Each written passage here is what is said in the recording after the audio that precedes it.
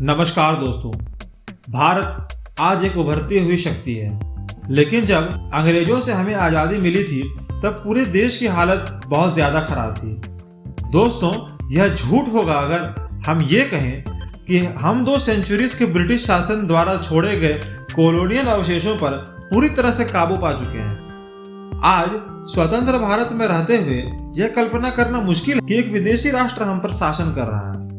स्वतंत्रता के मीठे स्वाद के लिए बहुत सारा खून बहाया गया था और ऐसा कुछ भी नहीं है जिसे हम स्वतंत्र होने से ज्यादा समझते हैं। ऐसा कहने के बाद सिर्फ इमेजिनेशन के लिए आइए उन 8 चीजों की कल्पना करने की कोशिश करते हैं जो हमारे पास होता यदि अंग्रेज हमारी धरती पर नहीं आते।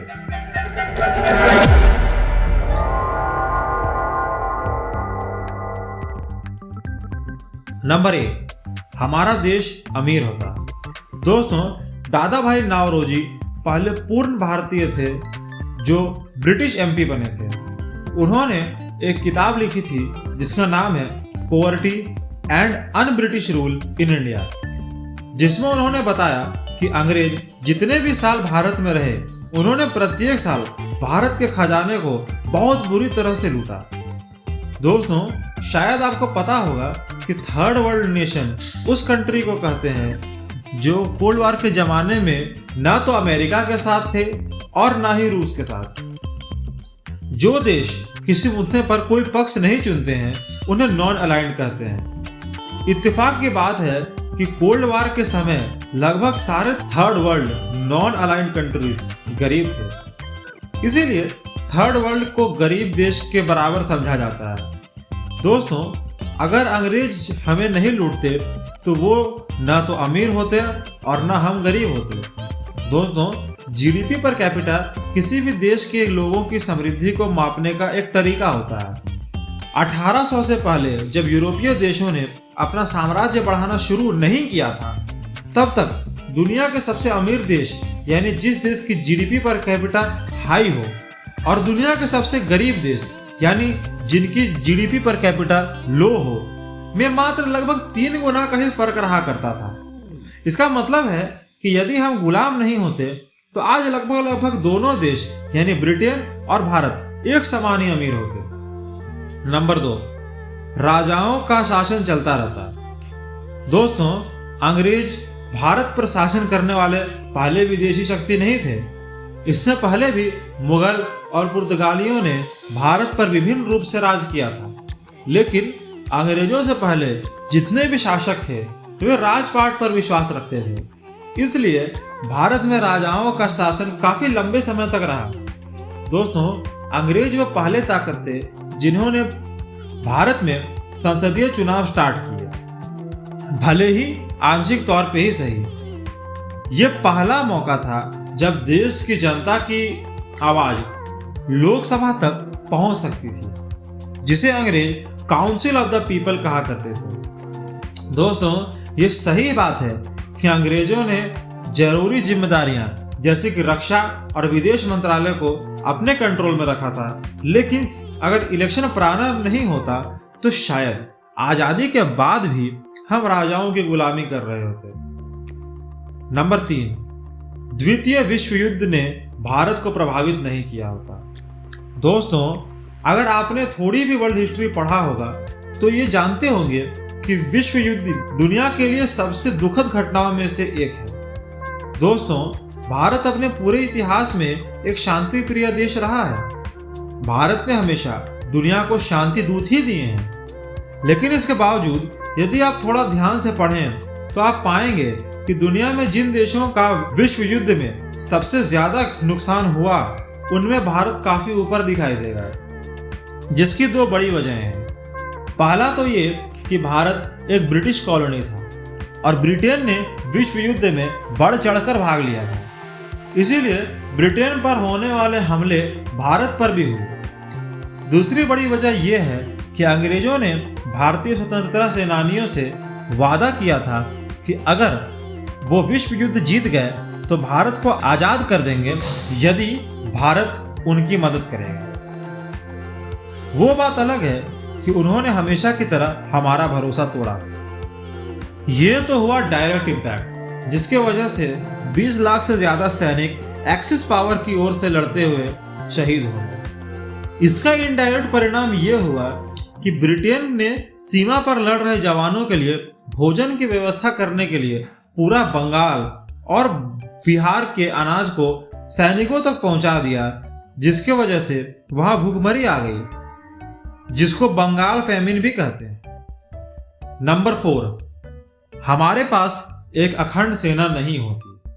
दोस्तों, आज भारतीय सेना दुनिया की सबसे शक्तिशाली सेनाओं में से एक है, मगर ऐसा हमेशा से नहीं था। दोस्तों, अगर आप भारत के इतिहास को पलट के देखेंगे तो पाएंगे कि अंग्रेजों से पहले छोटे छोटे राज्य आपस में ही लड़ा करते थे।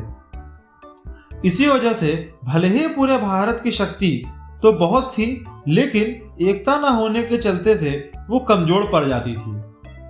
दोस्तों, आज भारत की मिलिट्री के स्ट्रांग होने के पीछे ब्रिटिश का भी हाथ है, क्योंकि उन्होंने भारतीय जवानों को काफी ट्रेनिंग दी है। जैसा कि मैंने आपको बताया, भारत का विश्व युद्ध में काफी नुकसान हुआ था, लेकिन एक फायदा भी हुआ कि भारतीय जवानों को इंटरनेशनल वारफेयर का एक्सपीरियंस मिल गया। उन्हें आधुनिक हथियार चलाने का मौका मिला और अत्याधुनिक बैटल टेक्निक सीखने का भी मौका मिला, जो कि बिना अंग्रेजों की मदद के हमारे लिए सीखना कठिन था। नंबर 5, भारतीय उद्योग बेहतर तरीके से फल फूल सकते थे। दोस्तों, आप जानते ही होंगे कि दुनिया की सबसे इंडस्ट्रियलाइज्ड देशों में से एक है ब्रिटेन। ब्रिटेन ही वो देश है जहां इंडस्ट्रियल रेवोल्यूशन की शुरुआत हुई थी। मगर क्या आप जानते हैं कि भारतीय उद्योग प्राचीन काल से ही अत्याधुनिक तकनीक से निर्माण किया करते हैं। इस बात की मिसाल आप इसी बात से ले सकते हैं कि ताजमहल और प्राचीन मंदिरों में जो कारीगरी दिखाई गई है वह आज भी दोहरा पाना मुश्किल है। दोस्तों, ब्रिटेन ने अपने इंडस्ट्रियलाइजेशन के साथ भारत के डी इंडस्ट्रियलाइजेशन पर भी काम करना शुरू कर दिया, क्योंकि उसको डर था कि भारतीय उद्योग के सामने उसके उत्पाद नहीं टिकेंगे। दोस्तों, भारत की टेक्सटाइल इंडस्ट्री आदिकाल से ही अव्वल रही है, लेकिन अंग्रेजों ने इसे नष्ट कर दिया और भारत के कच्चे माल को आयात करने लगा। वहां वो उसे अपने फैक्ट्रीज में ले जाके मैन्युफैक्चर करते थे और फिर पूरे विश्व में मेड इन ब्रिटेन के नाम से बेचते थे। इस कामयाबी को पाने के लिए बंगाल के हैंडलूम वीवर्स को उन्होंने भारी कर्ज में डुबा दिया और उनके चरखों को तोड़ दिया ताकि वो लोग भिखारी बन जाएं।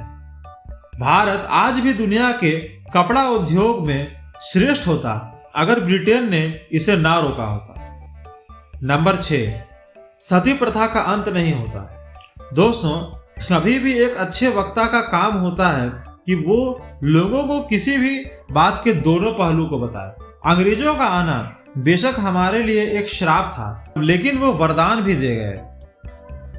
मैं चाहूंगा कि एक बार अपनी आंखें बंद करके सोचिए कि आपके हस्बैंड का डेथ हो गया है। आप पहले से ही बहुत दुखी और परेशान हैं। फिर एकाएक गांव के कुछ लोग आते हैं और आपको खींचकर घर से बाहर निकाल देते हैं। फिर जब आपके पति के चिता को अग्नि दी जा रही है, तब आपको मजबूर किया जाए कि आप भी उस चिता में कूदकर स्वयं को पति के साथ जिंदा भस्म कर लें। अगर आपने इमेजिन करने की कोशिश की होगी तो इस बात से ही आपकी रूह कांप गई होगी, क्योंकि मैं तो सही में डर गया था। यह है सती प्रथा, जो मुगलों से भी पहले से भारत में हिंदुओं द्वारा की जाने वाली एक क्रूर प्रथा थी। दोस्तों, 1829 में यह प्रथा आखिरकार बंगाल में बंद हुई और फिर धीरे धीरे पूरे देश भर में समाप्त हो गई। हालांकि सहजानंद स्वामी और राजा राम मोहन रॉय जैसे महात्माओं ने इस प्रथा को अंत करने का काफी प्रयास किया, लेकिन अंग्रेजों के सहयोग के बिना यह काम काफी मुश्किल था, क्योंकि हिंदुओं ने उस वक्त काफी बड़े पैमाने पर इसका विरोध किया था। नंबर 7, वेस्टर्न एजुकेशन सिस्टम नहीं आता। दोस्तों, अगर भारतीय इतिहास आपने पढ़ा होगा तो आपको पता होगा कि पौराणिक काल से भारत में शिक्षा का आदान प्रदान गुरुकुल में होता था। गुरुकुल उस वक्त के सबसे प्रभावशाली शिक्षा संस्थान हुआ करते थे। पूरे विश्व में लोग भारत पढ़ने आते थे जैसे आज लोग ब्रिटेन या अमेरिका जाते हैं। अंग्रेजों को पता था कि अगर गुरुकुल को नहीं नष्ट किया गया तो उनका शासन ज्यादा दिन तक नहीं टिक पाएगा। इसीलिए अंग्रेजों ने काफी अलग अलग माध्यम से लोगों के बीच यह धारणा फैलाई कि गुरुकुल की शिक्षा अच्छी नहीं है और अंग्रेजी शिक्षा अच्छी है, ताकि लोग गुरुकुल जाना बंद कर दें। हालांकि वेस्टर्न एजुकेशन इंट्रोड्यूस होने से भारत को काफी फायदा भी हुआ है। यहाँ तक कि इससे आजादी हासिल करने में भी काफी मदद मिली। दोस्तों, ब्रिटिश ने इंग्लिश अपने नौकरों को अपनी सहूलियत के लिए सिखाई, लेकिन इसी अंग्रेजी ने भारतीय लोगों को विश्व भर के ऑथर्स की लिटरेचर से रूबरू करवाया, जिससे उन्हें पता चला कि दुनिया भर में कहां-कहां आंदोलन चल रहे हैं और आंदोलनकारी क्या तकनीकें अपना रहे हैं।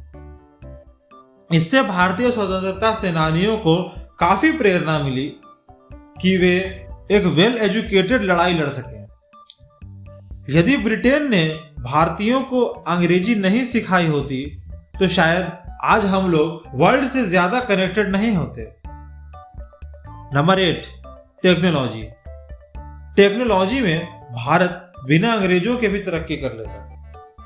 दोस्तों, अब आती है सबसे जरूरी बात। तकनीकी विकास जैसे टेलीग्राफ पोस्ट, रेलवे नेटवर्क, हवाई यात्रा और मेडिसिन एंड एकेडमिक्स के फील्ड में जो भारत ने ग्रोथ किया है, वो भारत और भारतीय ऐसे ही कर लेते हैं जैसे बाकी देशों ने किया है। हो सकता है कि स्वदेशी तकनीक विकसित करने में हमें कुछ वक्त लग सकता था, लेकिन हमारा विकास टिकाऊ होता, क्योंकि हम 200 सालों की अत्याचार के ऊपर नहीं बैठे होते। आज ब्रिटिश नहीं आते तो शायद पश्चिमी देशों को भारत को विकासशील कहने से पहले थोड़ा सोचना पड़ता, क्योंकि हम अभी विकसित देश होते। हालांकि हम एक यूनिक एंग्लो इंडियन कल्चर का अनुभव नहीं कर पाते यदि वो हमारे पास व्यापारी बनकर नहीं आते। दोस्तों, अगली वीडियो में आप क्या देखना चाहेंगे मुझे कमेंट करके बता सकते हैं। अगर आपको ये वीडियो इन्फॉर्मेटिव लगा तो वीडियो को लाइक कर दें और अभी तक सब्सक्राइब नहीं किया है तो सब्सक्राइब कर दें। तो दोस्तों, मिलते हैं अगले वीडियो में, तब तक के लिए गुड बाय, नमस्ते।